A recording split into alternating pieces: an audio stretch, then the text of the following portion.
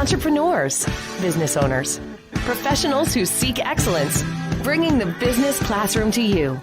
It's the Business Builders Show. Here's Marty Wolf. We still got a long way to go.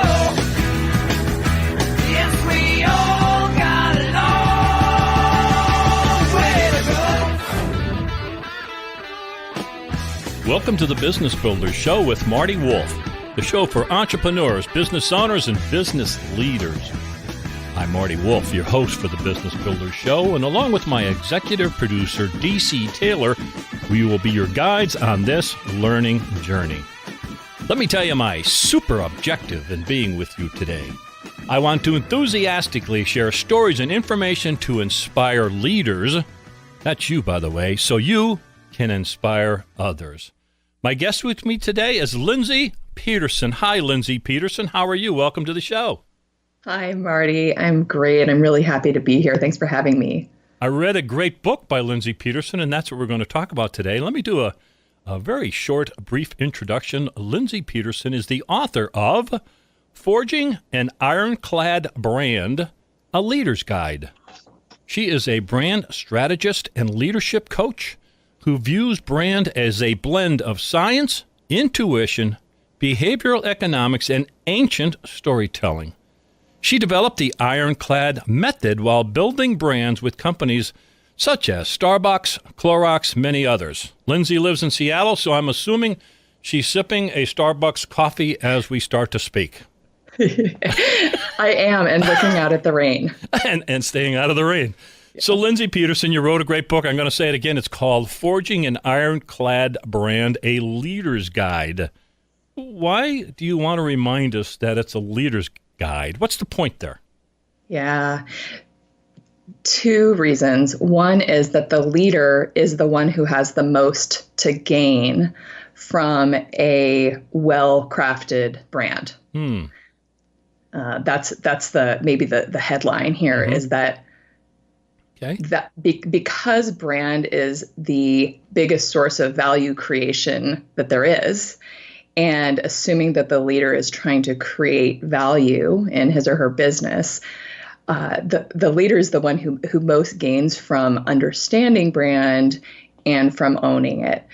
The second reason is that practically, the leader is actually the only person who can own a brand. And the reason is that any brand that is worth its salt is a brand that has made choices. It has decided to lean into one thing. And in deciding to lean into that one thing, it has decided not to lean into an infinite number of other things. And so where the rubber hits the road with leadership is in giving air cover to all of the employees and teammates and partners and peers and sometimes even investors to make choices according to that brand as North Star. So if the leader, it's actually kind of disingenuous for a leader to call something a brand if he or she isn't actively engaged in choosing it, because otherwise that person won't be able to give air cover when other people are trying to make trade-offs against it. So it's also the right thing to do by your employees. So I was going to ask this question later, but you've kind of got me thinking I should ask it now. Is it only the leader's responsibility or only the marketing department's responsibility to build that brand? So let me start with a definition. A brand is what a company stands for in the mind of their audience. And marketing is the set of activities that bring that meaning to life. So absolutely, people beyond the marketing department are making choices that touch the customer, and therefore they're making choices according to the brand that they're building, either consciously or passively. So it's probably the biggest misconception out there, especially in certain industries, that brand is something that one delegates to marketing. If brand is delegated to marketing, then it's probably largely a a messaging strategy. It's not really a brand strategy. It's the way that you talk and communicate, which is wildly important. But you have to start with the very beginning. What is it that you're creating? What is your product? What is your offering? How are you going to price it? How are you going to get it to people? These are the 4 Ps, right? What are the things that you're going to trade off with your R&D or with your new product improvements? Where are you going to innovate? Where are you not going to innovate? All of those things happen well before messaging, happen well before what we call traditional marketing. So to delegate, quote unquote, delegate brand to marketing is essentially to forego most of the power of brand, which happens at the very beginning with the customer insight, what this customer is grappling with because they don't have your offering, because they don't have your service, and starting with that problem. So it's super important for marketing to be engaged in brand, but it's also super important for everybody who influences the customer experience to be embracing brand, right? It's both and.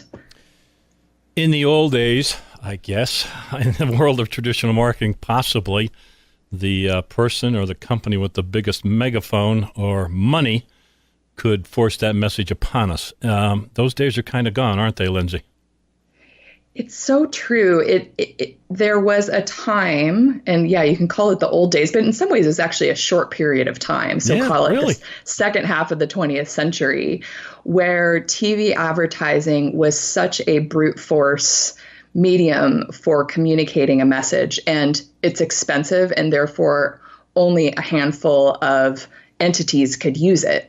And the more money you had, the more you could spend on TV media, and the more awareness you could generate, and the more recall you could generate, because they sort of had a lock on people's access to learning about things. The only thing they had, the only way that people could learn about things was through TV, print media, and from word of mouth, which is hard to do with through just a lot of money. So it's true that during that era, if you had a lot of money, you could get a lot of mind share. You couldn't necessarily buy people loving your company, but you could certainly buy their attention, sure, through your TV media. And that's no longer true. As we know, it's no longer true. It's almost free to buy a Facebook ad. It is essentially free to do blog posts. SEO is very cheap. And so the mediums have become so democratized that they're now what creates that attention is not merely dollars. It's also the clarity and singularity and distinctiveness of what you're bringing to your audience. Folks, we can only touch the surface, and we're going to continue this dialogue with my guest, Lindsay Pedersen. Her last name is spelled Pedersen, Lindsay Pedersen. Her book is Forging an Ironclad Brand, and I believe your website is ironcladbrandstrategy.com. Is that correct, Lindsay? That is correct, yes. Thank you. So you'll want to go to ironcladbrandstrategy.com. First of all, you want to get the book. You want to read the book, but you can do both at the same time, I guess. So you mentioned in the book that you suggest to us, I guess is the better way to put it, that you should position your brand or it will be positioned for you. What do you mean? Explain. Yeah. Yes. So there is sort of this old axiom in marketing, position or be positioned. And this kind of comes to, so if we go back to the definition of brand, which is the thing or idea that your company owns in the mind of your audience.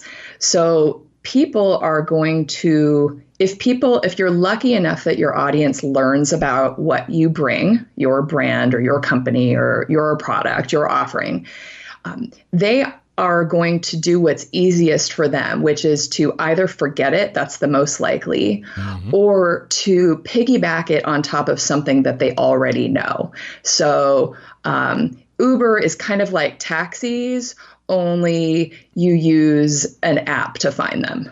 So it's not just Uber is like this car driving service. It's like they latched it on to first private town cars and then to taxis. So that's going to happen. And in a vacuum, it's going to happen in the way that's easiest for your audience in the context of their of their frame of reference, which is your competition. So they're doing that in a way that's going to conserve their own cognitive resources. So if you don't proactively identify what is the thing that you want to own in the mind of your customer, you will be in their head, but it might not be in the way that you like. It probably won't be in the way that you like if you're not thinking about what you want that meaning to be. So it's sort of it's like you're going to have it's kind of like a person. If you think about a person, all people have reputations. Some people have reputations that they've been really thoughtful about and promoted, and some have reputations kind of in a passive way that they don't like. The same thing happens with companies. So it's sort of on the leader to realize and internalize that in not choosing, you're also choosing. You're choosing to let the market do it for you. And sometimes you're lucky and that's a favorable position, but usually not, especially if you have competitors who are at all savvy about positioning themselves. Right. I guess that's leading me down the path of explain to me and us what you call an uncommon denominator.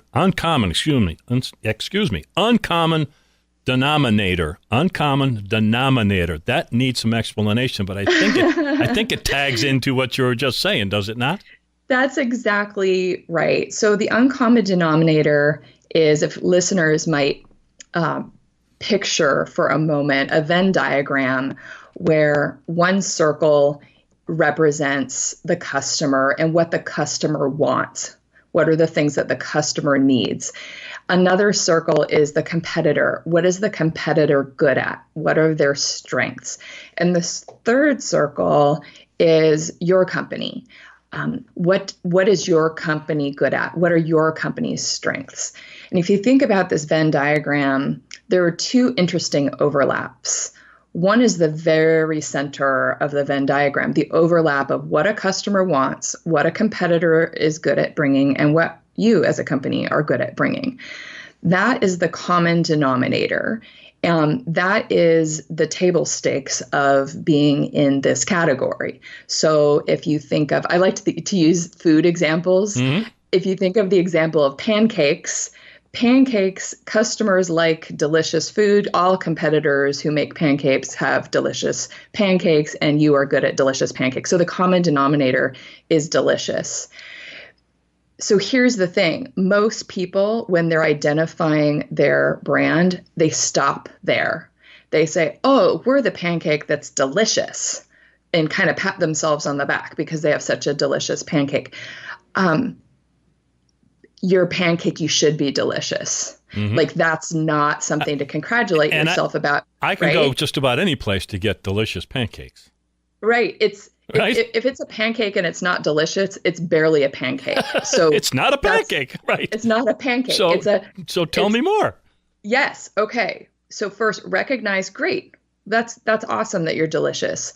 What makes you different? And that's why we go to a different overlap in this Venn diagram, which is the overlap of what your customer wants, what you as a company are good at bringing, and what your competitor is not good at. And that overlap, called the uncommon denominator, is the source of possible positioning territories for your business. So if it's pancakes, brainstorm, what are these things, and what are these things that you're good at that the customer likes, that are different, that are uniquely yours? Maybe it's that you are certified organic. Maybe it's that you have a healthy ingredient profile. Maybe it's your heritage. Maybe it's a certain recipe. Identify all of those things because those are going to be the potential brand areas that are differentiating. You don't just want a brand that is the category benefit, in the case of Pancakes Delicious, because it won't disproportionately build your business. It might build the category, but it's not going to disproportionately bring demand to your business. So the reason I spend so much time talking about this is I'm a little flabbergasted by how common it is to stop at the category benefit. And it's just not economically compelling to invest in something that your competitor brings too. So that's where this gets really, it gets interesting. And it also takes some leadership courage to do something that's not quite as obvious as the category benefit. It takes time. And by the way, the book gives you instructions on how to do that and puts you through the paces, if you will. And what I thought about, I don't know if you put it in these exact words, Lindsay, but you have to be, Joe Calloway calls it a category of one. You've got to be the best. You can't, you have to stand out. Is that really what we're talking about too? Or am I saying the right words? I love that. Yes. And I know Peter Thiel talks about this too in 0 to 1, the idea of being your own category. And that's another way of thinking about the uncommon denominator is you're focusing on this thing that only you bring and that your customer wants. And the more you focus on that, the less your competitor even matters. You don't really even need to be all that worried about your competitor when you're the only one who brings this thing. You kind of don't have competitors in a certain way. Yep. And you use the word best, and this is a little bit, I don't know that a lot of people would agree with me on this, but I much prefer that you're only than best. I like that. Right? Like Absolutely. Where's the thing where you are truly different, not just better? Only. Let's say that word, because I don't want them thinking of best. I want them to think what you said and you talk about in the book. Be the only one there. That's powerful. I love that. And it's hard. It's hard. It takes some moxie to do that. It's kind of scary. But when you embrace that, it's a little bit of a folly to think that you don't have to choose in the first place, right?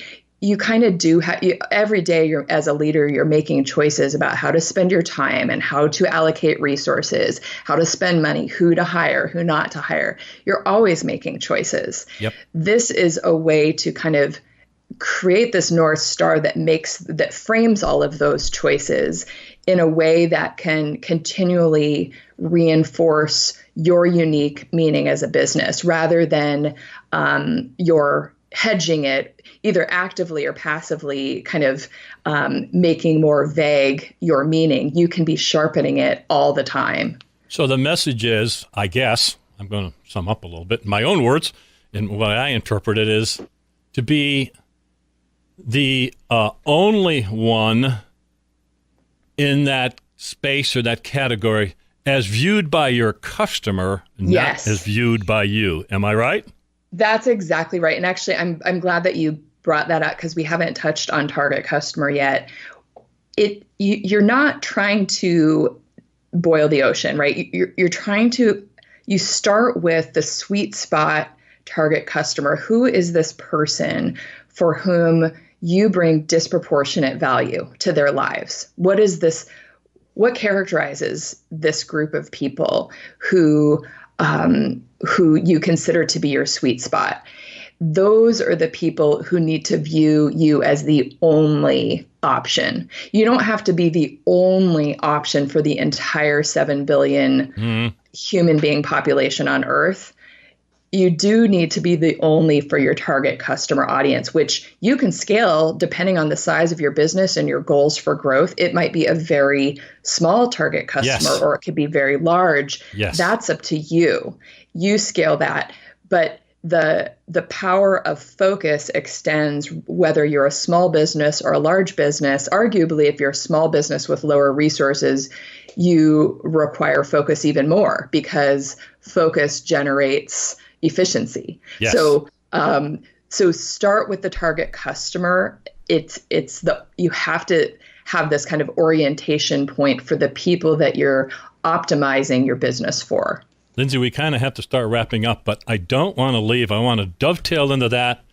And your target customer, one of my favorite topics, I say it in different ways to my clients, is you call it the bullseye customer. Explain that, because that is so important to so many people. They don't get this. Let's drive this message home. The bullseye customer. Tell me what you mean and what you explain in the book. Yes. So the bullseye, and I use this illustration of a dartboard because it seems to help my clients a lot to think, okay, if you're playing a game of darts, you're aiming the dart for the bullseye, but you still get points if your dart hits a different, as long as it's on the dartboard, you're going to get points. But the more that you focus on the bullseye, the more likely your dart will hit the bullseye at all, right? So sometimes it helps. Sometimes leaders get a little uncomfortable when I tell them that they have to choose their target customer. And what I urge them to consider is that when you choose your target customer, you're not saying that you're not going to take money from people who aren't your target customer. Exactly. I'm not going to make you forego that income just because they aren't characterized by the characteristics of your target customer. You still get to take that money. You still get points for getting your dart on the dartboard. But the more that you focus on your bullseye, the more that you will attract those outer circles. So the target customer, the bullseye, is a decision of who you're going to optimize for. It's coming at this question with humility, knowing that you can't be all things to all people. None of us can. Even the most deep-pocketed marketers in the world, they have to choose too. So you choose with humility who are these people that you're going to optimize your business for, and then focus your resources on making your offering so compelling to them.